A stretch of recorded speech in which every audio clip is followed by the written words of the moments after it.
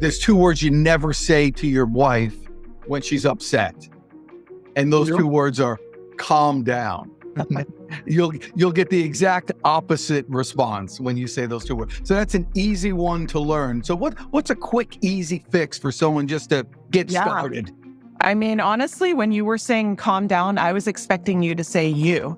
I think what I'm finding in business and other areas is that the word you often carries the most defensiveness, depending on how we use it, right? And also your, because anything that has ownership from us, you're so right?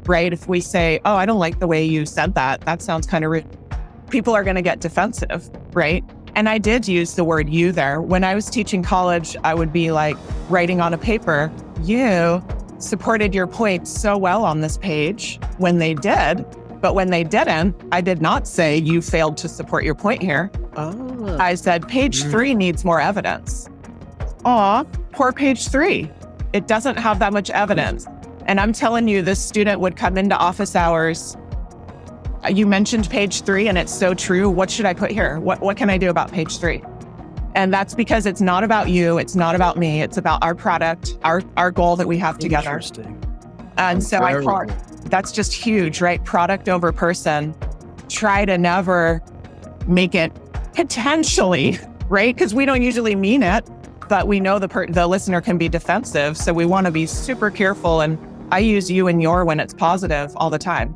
And I don't use those words much when it's negative. I switch my sentence focus to the topic. Or we can even take it on ourselves. You know, your email was confusing. I couldn't find what I needed in the email.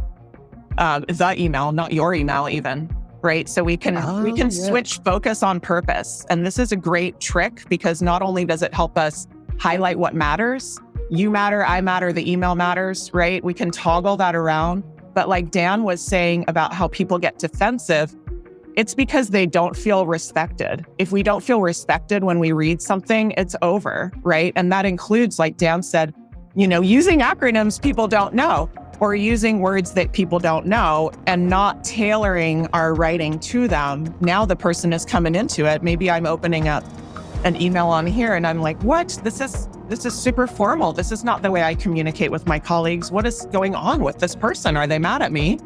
Or whatever it might be, right? We're going to read a lot of that into it. That's I'm going to use that. I mean, that's worth the price of your program. Right there, that one little tip. By the way, do you have a program? I do have a program. I have a few. I have right. I have programs that I deliver in person or through Zoom. That is the most popular, but I actually really feel really good about my latest e-course, Strategic Writing for Leaders, because it helps leaders with this exact information. It's not how to write to use good grammar. It's how to write to show respect. It's how to write to build community. It's how to write to disagree without losing trust.